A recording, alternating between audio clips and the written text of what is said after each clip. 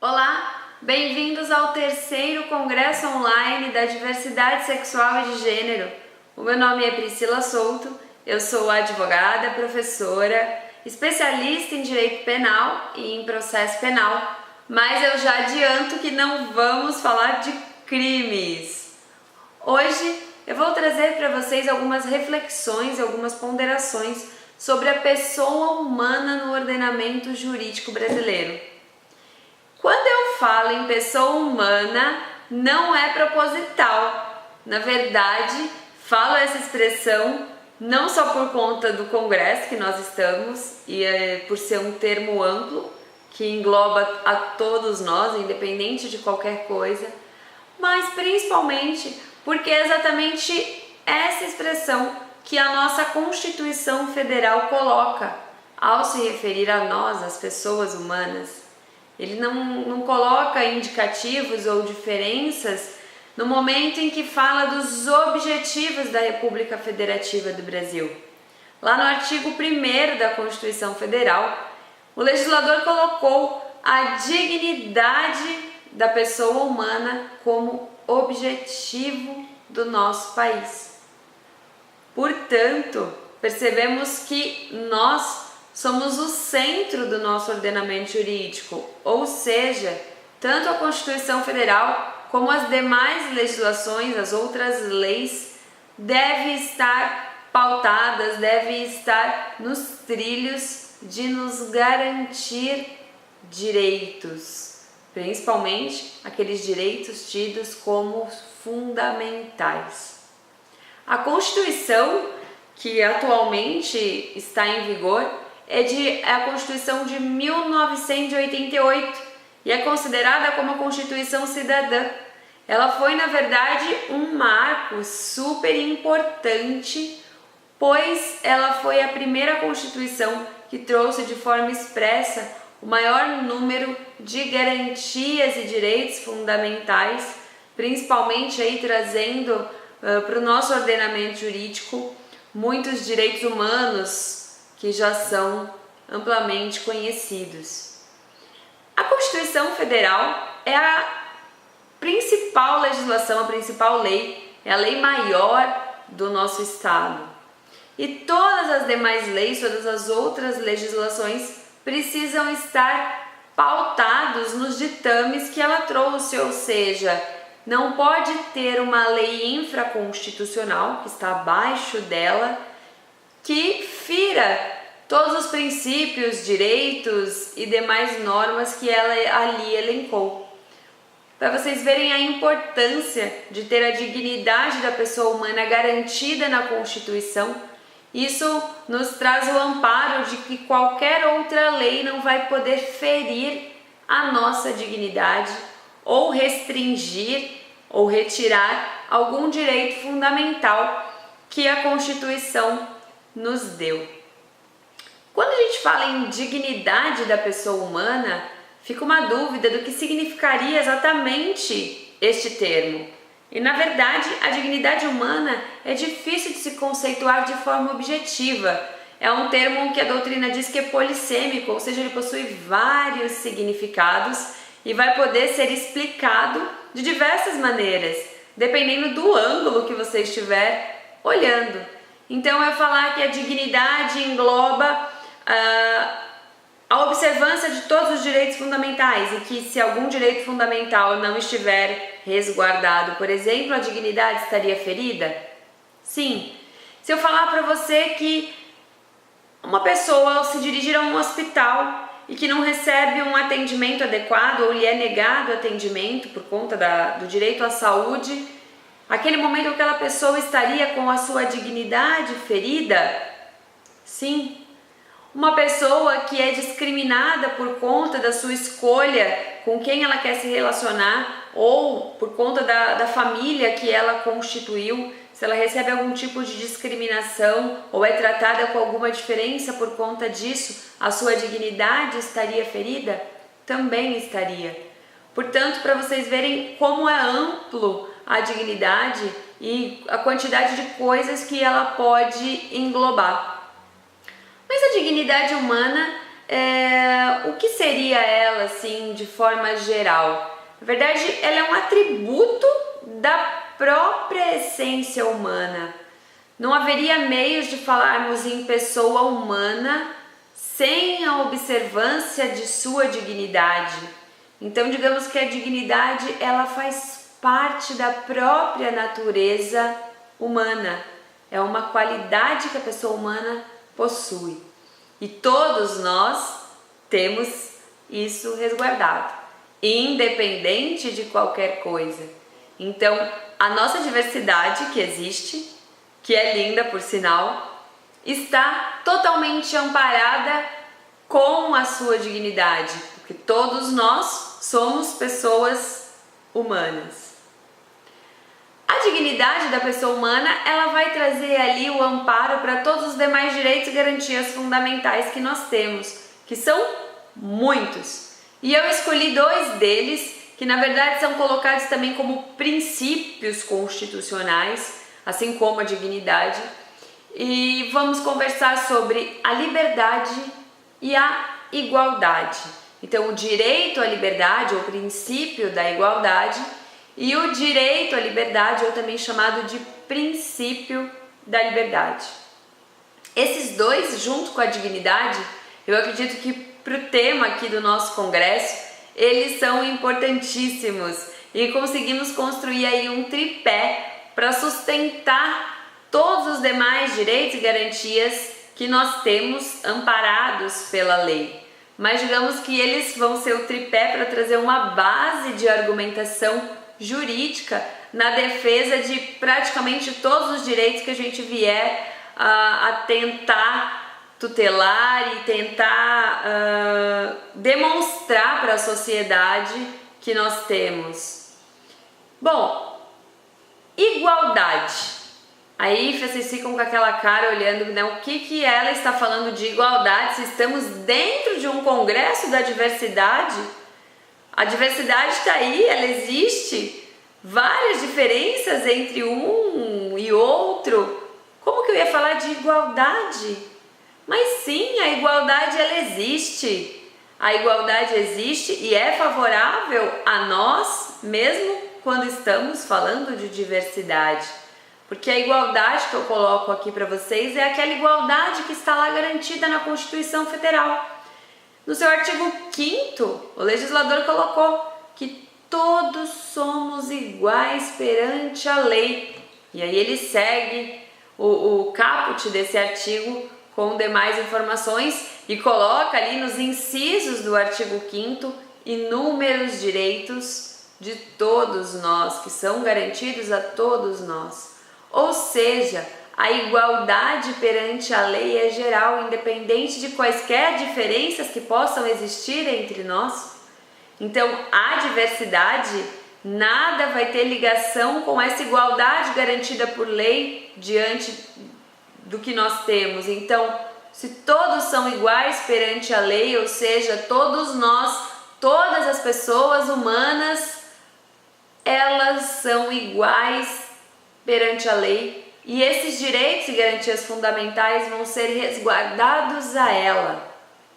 Então, o mesmo direito que eu tenho, você aí do outro lado da tela também tem, ainda que tenhamos a nossa diversidade e as nossas diferenças.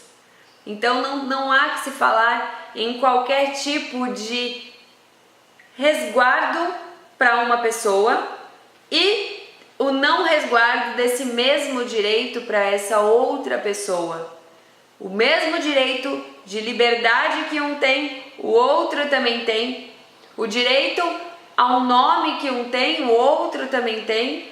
O direito à saúde, o direito a um trabalho, o direito ao amparo do Estado com aquelas garantias que você precisa para ter uma sobrevivência digna, o mínimo existencial, é amparado para todos nós. E aí, as diferenças como que ficariam? Se elas de fato existem, aí é que a gente tem aquela frase que é super conhecida, que devemos tratar os iguais de forma igual, os desiguais de forma desigual, na medida das suas desigualdades, de forma a tentar trazer um equilíbrio social e colocar aí à disposição e efetivar o direito de todas as pessoas de ter uma vida digna. E assim, consequentemente, a gente vai estar chegando lá no ponto que falamos no começo da nossa palestra, que está lá no artigo 1º da Constituição, ou seja, estaríamos atingindo o objetivo da República Federativa do Brasil, que é a dignidade da pessoa humana. O outro tripé aí, para embasar nossos direitos que eu falei, era o direito de liberdade, o princípio da liberdade. E a liberdade também pode ser vista em diversos ângulos, em diversos aspectos.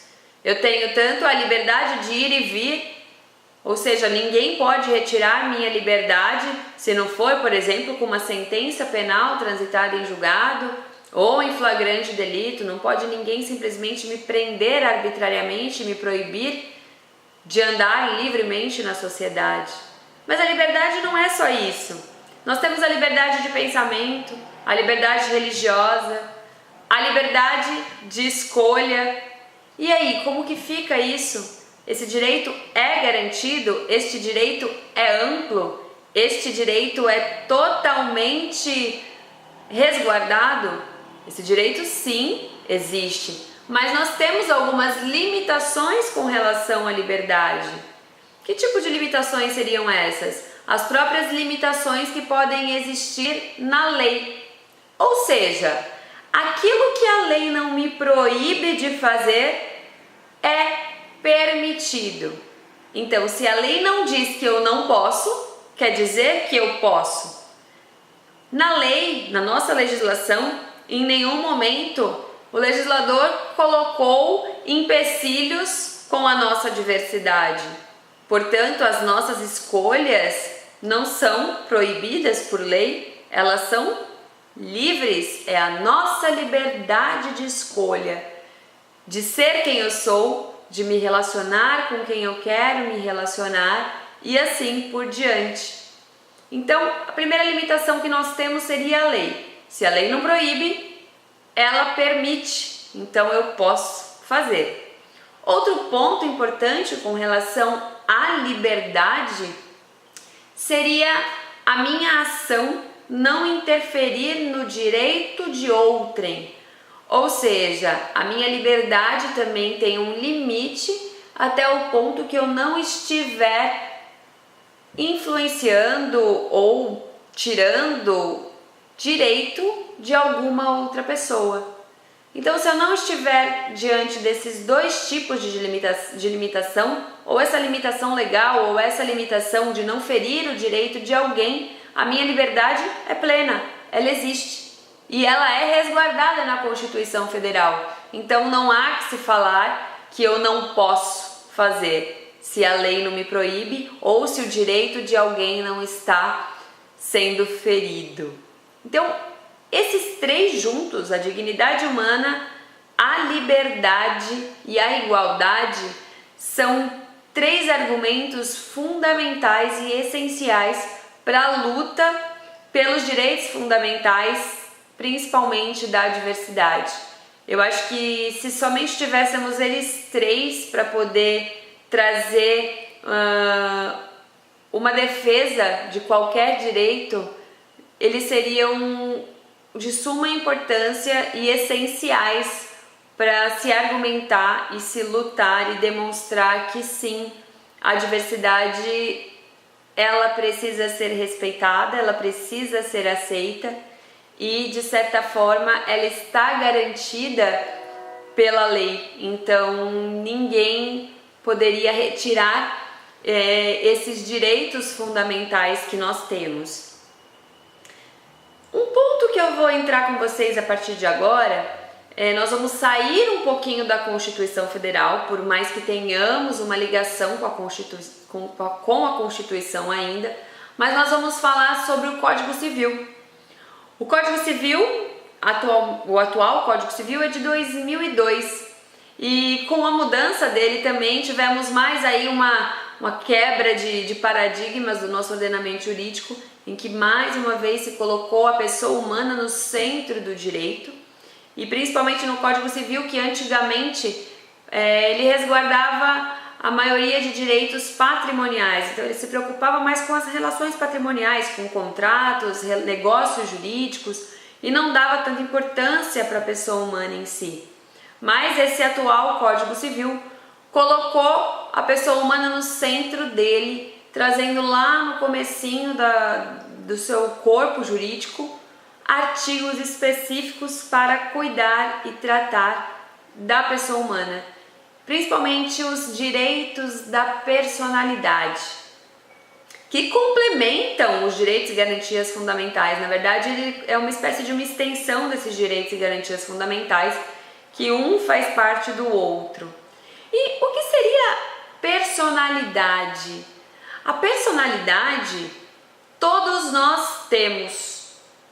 Então, quando eu falo direitos da personalidade, assim como os direitos fundamentais, eles são inerentes a toda pessoa humana.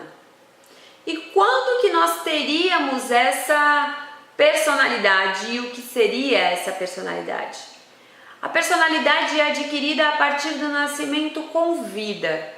Então, lá no momento do parto, em que um recém-nascido está vindo ao mundo, se ele nasceu com vida, aquele exato momento ele já adquiriu a personalidade e todos os direitos que vêm junto com a personalidade. Então a personalidade, na verdade, é um atributo da pessoa humana. Ela faz parte da própria essência humana, assim como a dignidade também.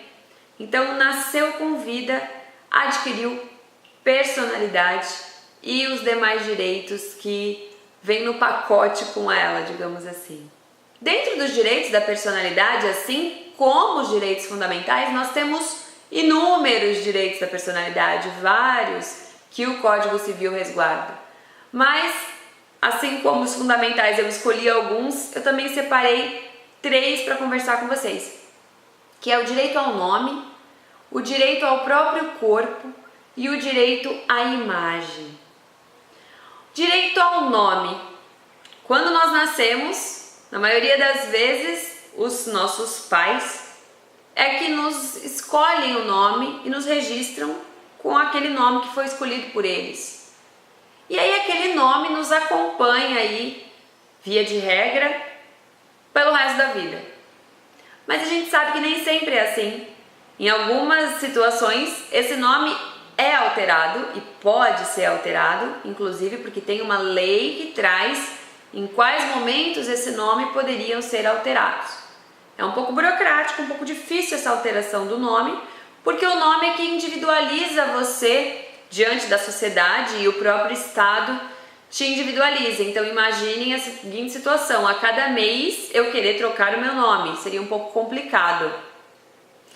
Mas para nossa diversidade aqui, as situações da troca do prenome não estão elencadas de forma expressa na lei. Mas o que temos na lei hoje, argumentado junto com os direitos e garantias fundamentais, seriam suficientes para que essa alteração pudesse existir. É certo que já tivemos um avanço grande nas decisões judiciais com relação à possibilidade de alteração do prenome. Eu me refiro aqui principalmente nas situações de gênero, em que a pessoa foi designada a um gênero ao nascer, da qual ela não pertence, e por conta da sua atual situação, ela sente a necessidade de ter um nome que a identifique. Afinal, se o nome, como eu falei no início, ele serve para nos identificar tanto para o Estado quanto pelas demais pessoas, como que eu poderia ter um nome ao qual não me identifica? Então é um direito de eu ter um nome que me identifica, de que não me expõe a determinadas situações ruins ou que me traga um certo desconforto. Então sim, o direito ao nome ele é de suma importância e ele deve ser respeitado, deve ser resguardado de forma que a dignidade daquela pessoa não seja ferida. Na sequência, vou falar do direito ao próprio corpo. É um direito que está lá estabelecido no Código Civil e o nosso corpo, na verdade, ele não está resguardado somente no Código Civil. Temos até um resguardo, por exemplo, no Código Penal, várias condutas criminosas que a partir do ponto que trazem lesões para o nosso corpo são configuradas como crime e são protegidas. Por exemplo, os crimes de lesão corporal. Os crimes contra a dignidade sexual envolvem o nosso corpo e são condutas tidas como criminosas. Mas lá no Código Civil, o amparo legal era em outro sentido, visava muito com relação às escolhas com o corpo. Por exemplo, existem algumas religiões em que não é permitido se fazer uma transfusão de sangue. Até que ponto poderia haver essa transfusão sem a vontade dessa pessoa? A doação de órgãos, por exemplo. Então, o direito ao próprio corpo era muito focado para esse tipo de situação. Mas pensem, vamos falar um pouquinho sobre cirurgias. Se eu hoje quiser fazer uma cirurgia de aumento de mama, eu simplesmente vou escolher meu médico, escolher a prótese que eu quero, o tamanho da prótese, conversar com o anestesista, ver qual hospital que eu vou fazer, provavelmente pagar a cirurgia e pronto. Se eu quiser amanhã operar, eu consigo. Basicamente assim, rápido, fácil, sem burocracia nenhuma. Agora tem certas cirurgias, certas modificações corporais que trazem uma burocracia enorme, que causam problemas, desconforto, nervoso para as pessoas, sendo que elas estão dispondo e fazendo uma escolha com o seu próprio corpo. Se esse direito ao próprio corpo é totalmente amparado, é totalmente resguardado, essa escolha do que vai ou não se fazer com o corpo, talvez esse ponto de cirurgias a gente precisa modificar um pouquinho, precisa ainda ter uma maior evolução para que o direito dessas pessoas sejam realmente amparados e facilitados. Eu acho que o direito, quando ele está aí, ele está sendo dado para a pessoa, tem algumas coisas que precisam ser mudadas para não retardar que esse direito seja atingido. Então, tá aí uma reflexão de que esse direito existe e que, junto com os demais direitos e garantias fundamentais, eles precisam se unir para que as coisas se tornem um pouco menos burocráticas, mais eficazes, para trazer uma qualidade de vida melhor o quanto antes para as pessoas que necessitam desse tipo de intervenção. E aí, por fim, vou falar um pouquinho sobre o direito de imagem, que o direito de imagem nada mais é o quê? Aquilo com que eu me coloco para a sociedade, como a sociedade me vê e me identifica, que possui ligação também com o nome, né? Você junta lá o direito ao nome com o direito de imagem e junto com esses dois juntos te fazem ser essa pessoa única, dotada de dignidade, de personalidade e demais direitos que o nosso ordenamento jurídico resguarda para qualquer pessoa humana. Esse direito de imagem é amparado, é totalmente resguardado pela Constituição em vários momentos, não só em um momento, ou seja, em diversas situações esse direito de imagem é garantido. Então, esses são alguns dos direitos e garantias fundamentais e direitos da personalidade que toda pessoa humana tem, independente dessa nossa diversidade que existe. Então, todas as pessoas devem ser amparadas por esses direitos. Então, você, tanto profissional que lida com a diversidade na sua profissão, como você que faz parte dessa diversidade, que milita nessa diversidade, tenha consciência dos direitos que nós temos, que nós precisamos lutar e demonstrar para a sociedade que esses direitos, na verdade, eles já existem. O que precisa é uma modificação do ângulo de interpretação da lei para que a gente possa ampliar cada vez mais o respeito à dignidade da pessoa humana e aos demais direitos que são garantidos já por lei. Sim, acho que temos muito que evoluir no nosso ordenamento jurídico. É preciso que leis venham cada vez mais a efetivar, trazer meios de que se tornem efetivos esses direitos, que esses direitos sejam realmente respeitados. Mas com o que nós temos hoje, conseguimos sim lutar e nos posicionar diante da sociedade.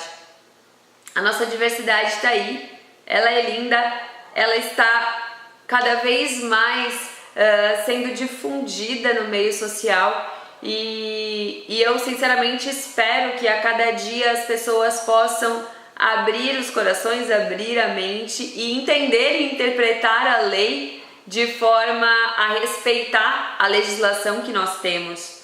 Isso é muito importante.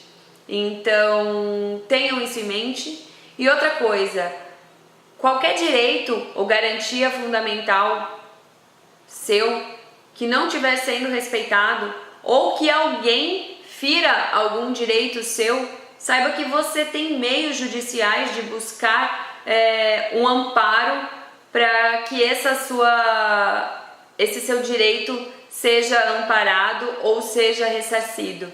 A gente já tem meios judiciais para isso, com a própria Constituição, argumentos suficientes para lutar por isso e mostrar para a sociedade que estamos juntos, merecemos respeito e somos pessoa humana como todos os outros. É isso, eu espero que vocês tenham gostado, eu espero que eu possa ter aberto um pouquinho o olhar de vocês com relação às leis que nós já temos. Sim, vamos lutar por leis cada vez mais claras, objetivas e expressas para resguardar a nossa diversidade, mas também vamos utilizar aquilo que nós já temos em mãos de forma a lutar e garantir o direito de todos nós.